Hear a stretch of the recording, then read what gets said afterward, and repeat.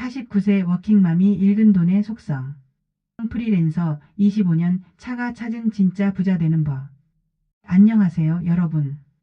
25년 동안 영어를 가르치며 수많은 학생들과 함께 성장해온 영어 강사이자 이제는 대학 입시를 앞둔 고3, 전환기의 중3, 그리고 호기심 가득한 초등학생 세 아이를 키우고 있는 워킹맘입니다.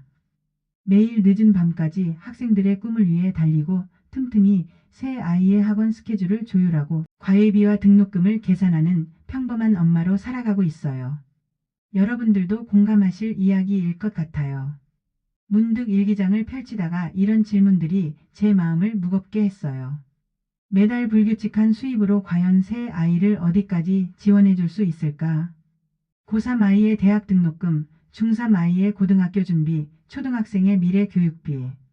이 모든 것을 감당할 수 있을까? 프리랜서인 내가. 과연 안정적인 노후를 준비할 수 있을까? 그러던 어느 날 서점에서 우연히 돈의 속성이라는 책을 만났어요. 솔직히 말씀드리면 처음에는 그저 또 하나의 재테크 책이겠지라고 생각했답니다.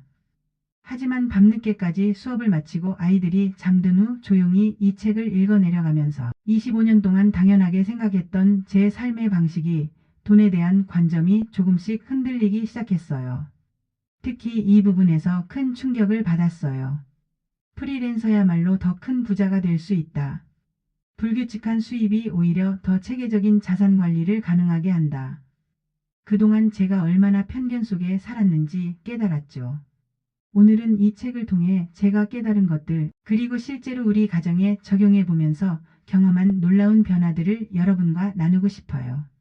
특히 저처럼 불안정한 수입으로 고민하시는 프리랜서분들, 새 아이의 각기 다른 교육비 부담을 안고 계신 부모님들, 그리고 늘 노후 준비를 고민하시는 모든 분들에게 작지만 의미 있는 희망의 메시지를 전해드리고 싶습니다. 여러분의 일상에도 작은 변화의 시작이 될 수 있는 이야기. 함께 시작해 볼까요? 이제 본격적으로 돈의 속성의 핵심 내용을 하나씩 살펴볼게요. 제가 직접 경험하고 깨달은 내용들을 진솔하게 나누어 보려고 해요. 1. 저자 김승우의 주요 메시지를 워킹맘의 관점에서 보기. 부자가 되는 건 선택이다라는 첫 장을 읽었을 때 솔직히 웃음이 났어요. 새 아이의 학원비와 생활비를 벌기에도 빠듯한데 무슨 선택이냐고 생각했거든요. 하지만 책을 읽어가면서 제 생각이 잘못됐다는 걸 깨달았습니다.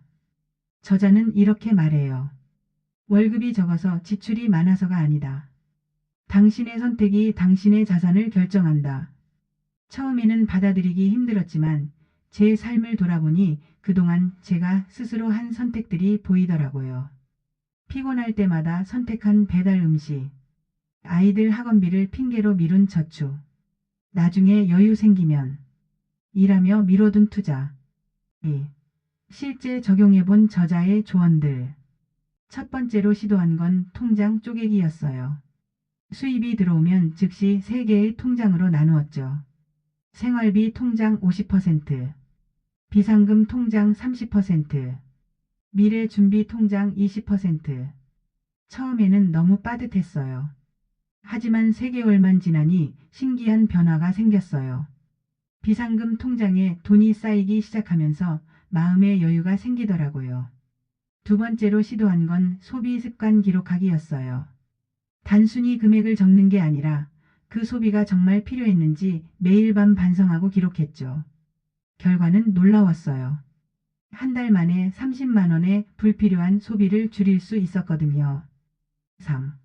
특히 공감되는 3가지 내용. 첫째, 투자보다 중요한 것은 소비 습관. 저는 그동안 투자라는 말만 들으면 겁부터 났어요. 주식이나 부동산은 너무 어렵게만 느껴졌거든요. 그런데 저자는 이렇게 말합니다. 가장 위험한 투자는 소비다. 이 말을 듣고 제 소비 습관을 꼼꼼히 분석해 봤어요. 학원 수업 사이사이 마시던 테이크아웃 커피, 피곤할 때 무심코 하는 온라인 쇼핑. 이런 소비들을 하나씩 점검하면서 새로운 습관을 만들었어요. 텀블러에 커피 담아가기. 피곤할 때는 온라인 쇼핑 대신 산책하기. 아이들과 함께 소비 계획 세우기. 둘째, 자녀 교육과 돈의 관계. 저자는 이렇게 말합니다. 자녀에게 물려줄 가장 큰 유산은 돈이 아닌 돈을 다루는 방법이다.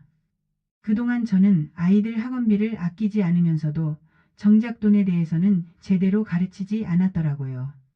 지금은 이렇게 바꾸었습니다. 고3 첫째 한 달 용돈으로 한 학기 생활비 계획 세우기. 중3 둘째 일주일 용돈으로 한 달 용돈 기입 쓰면서 수입 지출 배우기. 초등학생 셋째 용돈 모으는 재미 알려주기. 셋째 직장인도 가능한 투자 전략. 저자는 불로소득의 중요성을 강조해요. 처음에는 이 말이 좀 불편했어요. 하지만 이렇게 이해하게 됐죠.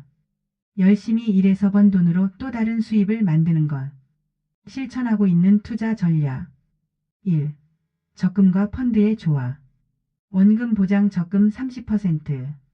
수익률 추구 펀드 70%. 2. 목적 자금 만들기. 아이들 대학 등록금 통장. 노후 준비 통장. 비상금 통장. 이 책의 가장 큰 매력은 희망을 준다는 거예요. 우리 같은 평범한 직장인도 불안정한 수입이 있는 프리랜서도 아이 셋 키우는 워킹맘도 모두 부자가 될 수 있다는 희망을요. 다만 그 희망은 저절로 오지 않아요. 우리의 선택으로 만들어가는 거죠. 여러분도 이 책을 읽으면서 본인만의 돈의 속성을 발견하실 수 있을 거예요. 자, 이제 제가 실제로 시도해보고 효과를 본 구체적인 방법들을 나누어 볼게요. 처음에는 저도 막막했지만 조금씩 실천하다 보니 놀라운 변화가 찾아왔답니다. 첫 번째, 통장 쪼개기 비법을 알려드릴게요. 수업이 끝나고 늦은 밤 통장에 찍힌 수입을 보면서 늘 고민했어요. 이걸 어떻게 관리해야 할까? 그러다 발견한 제 나름의 방법, 바로 우리 가족 행복 통장 시스템이에요. 수입이 들어오면 단 10분 이렇게 나눕니다. 생활비 통장 고정 지출 월세, 공과금 학원비. 비상금 통장 갑작스러운 지출 대비. 투자 통장 절대 손대지 않는 돈. 특히 저는 카카오뱅크 모임 통장 기능을 활용했는데요. 이름부터 희망을 담아보았어요. 생활비 모임 통장 우리 가족의 행복한 산. 비상금 모임 통장 우리 가족의 안전망. 투자 모임 통장 우리 가족의 미래. 통장 이름을 이렇게 지으니 돈을 쓸 때마다 한 번 더 생각하게 되더라고요. 두 번째는 제가 자부하는 감정 가계부 쓰기예요. 늦은 밤 집에 돌아와 가계부를 펼치면서 단순히 숫자만 적는 게 아니라 그날의 감정도 함께 기록했어요. 예를 들면 월요일 저녁 피곤해서 산 배달음식 3만원 아이들 간식도 포함. 스트레스 받는 날 충동 구매한 원피스 15만원 세일 중이라 혹해서. 이렇게 쓰다 보니 제 소비 패턴이 보이기 시작했어요. 피곤할 때, 스트레스 받을 때 특히 지출이 많아진다는 걸 발견했죠. 세 번째, 프리랜서를 위한 특별한 저축법, 바이오리듬 저축법도 제가 고민 끝에 만든 거예요. 우리는 수입이 일정하지 않잖아요.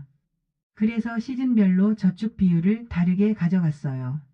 수강생이 가장 많은 3월, 9월 그리고 방학 수입의 40% 저축 힘들지만 참아요.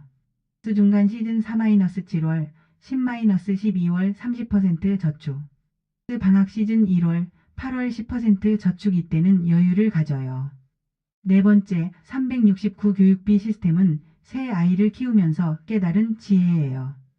처음에는 당장 눈앞의 학원비만 생각했는데 큰 아이가 대학 입시를 준비하면서 장기 계획의 필요성을 절실히 느꼈답니다. 당장 필요한 학원비 30% 현재의 교육. 6개월 후 예상 교육비 30% 미래 준비. 1년 후 대학 등록금 40% 장기 계획.